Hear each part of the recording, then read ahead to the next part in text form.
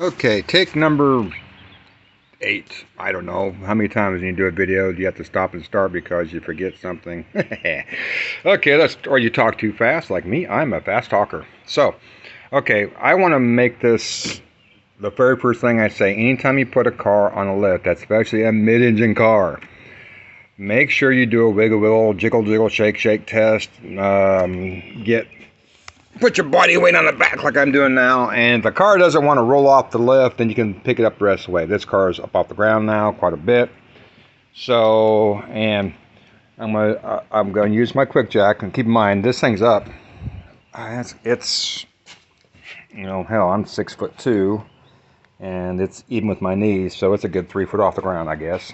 However long, whatever distance from my knee to the boot is at least probably 3 feet. I should get tape measure that. But I still don't think that's enough room to get that motor down far enough, because I'm ready to drop it out. I'll set it on the ground, unhook the rest of the bolts, lift this up, leave the motor sitting down on top of the dolly. I'm still probably going to have to take and hook my cherry picker to the back of the car, to the trunk latch, and lift it up another probably foot. But when you do that, you take a risk of having your car want to shoot forward on you. I've seen guys where they actually take the whole nose off the car just to do that, because they got the ass in just sky. I mean, it is standing on its nose basically. So, but here's how I'm going to do this. And next video will be me showing you that, hey, it worked or a disaster struck. So, all right, let me see. Have I got my light here? Where did I put my light at? I just have my light. I don't know what I did with my light. Oh, well, it doesn't matter. Really? I don't know. I hate it when I do that. Okay, just take my word for it. Oh, you can see the block right there. There's a block there. There's a tall block right here, and there's another short block back behind. I got 3 blocks. This will keep this. It can't go forward. That's why I want to make sure that none of this can move. So there's a big block right here that is half the size of the 204. It'll keep the 204 from moving. But what I'm going to have to do, which I had tons of ratcheting straps around here, is I'm going to go to the A-arm on the car, and I'm going to hook it back here on the lift, ratchet strap it down so that way it is tied to the jack and it can't run off. It's going to be at an angle, and it's going to be on top of wood instead of plastic, so I worried that even with the rubber, I worried that it would want to slide off the front of the lift. Another thing I may run into also is as I put the weight on that nose, because see the angle? As I lift that front, it may want to pull the back of this off the ground. As I lift that up, it could theoretically cause that to tilt up. I'm waiting to see. My goal is to get this up far enough to put blocks, whatever distance I need to block this up to keep the nose up in the air. I've seen guys that use modified jack stands. They put a foot lift on the bottom of the jack, and they put their jack stands back in here someplace with it jacked way up in the air, keeping the ass in up high. I'm hoping I can get away with that. So I'm still going to do all the bolts and stuff. I got the 4, 2 up here, and then the 2 here, and then of course I got to do the coilovers, the shock towers and stuff. So I just took a 204 all the way across because I need these out as far as possible. And I usually have the quick jack back here on the engine cradle. I remember what it was called this time. I kept going engine whatever, but yeah, the engine cradle.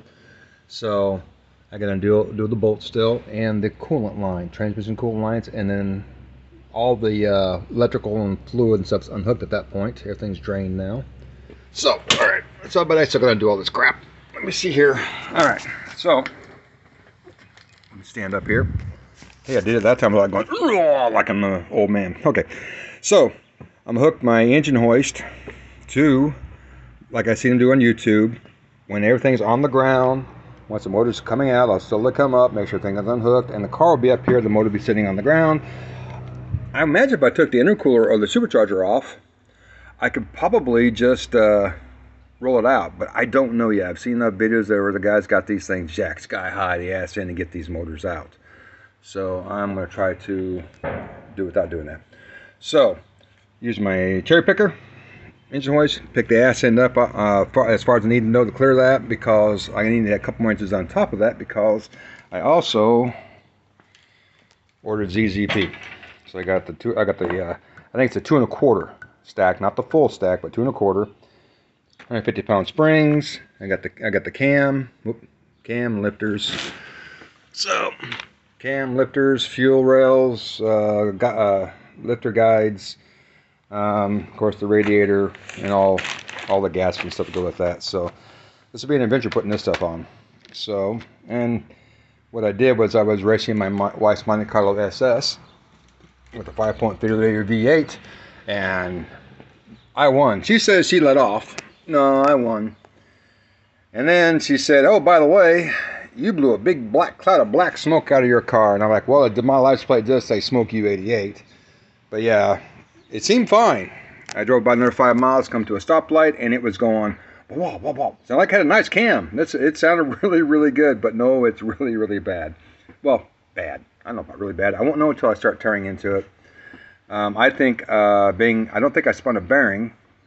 I think I damaged a lifter, collapsed lifter, broke something. I don't know, but I think it's in the upper part of the engine, not the lower parts. But I don't know. This does have the shift solenoids in this car need changed, which I was putting it off because you almost have to drop the motor out of these cars to change the shift solenoids. So I was going to wait and do that, but being I'm doing the intercooler, I'm changing shift solenoids too while I'm at it, because a lot of times you have it floored, they just wop, wop, wop, wop, wop, wop. It hit that rev limiter, and I over revved the engine I think 2 times while I was getting on it, and the second time around I'm hoping it didn't spin a rod bearing. If it did, it's not the first time I'd rebuild an engine. It'd be my first V6. I got a 454 big block I just built in my Chevelle. Yeah, I know, my poor Chevelle. That's all the parts for my Chevelle on top of my Chevelle. Interior, all that stuff. But the problem is, and my wife's rat rod over there, I planned on having that car sitting where this car is sitting, but then I did this to this car, and I'm like, and I daily drive this in the summertime to save miles on my nice truck. So I just drive this Fiero, and it's a blast to drive, and it's fast as hell. So why not?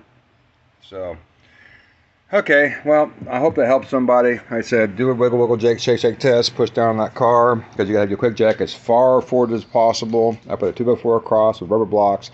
Strap it to the jack, and then keep an eye on that back of that jack as you lift that note. If I take the pressure off it, it may want to tip forward. I don't know yet. But once I get a jack on there, we'll push that jack stand back down again, but I still got to watch that. So, if anyone's tried this, let me know. If they've tried using a quick jack and then jack the ass end up, let me know how you went. That's my plan, and this is part 1. So part 2 will be me going, ha, it worked, or me going, that was a really, really bad idea. And here's why, and here's what happened. So, okay. Good luck with people. Wish me luck. Bye.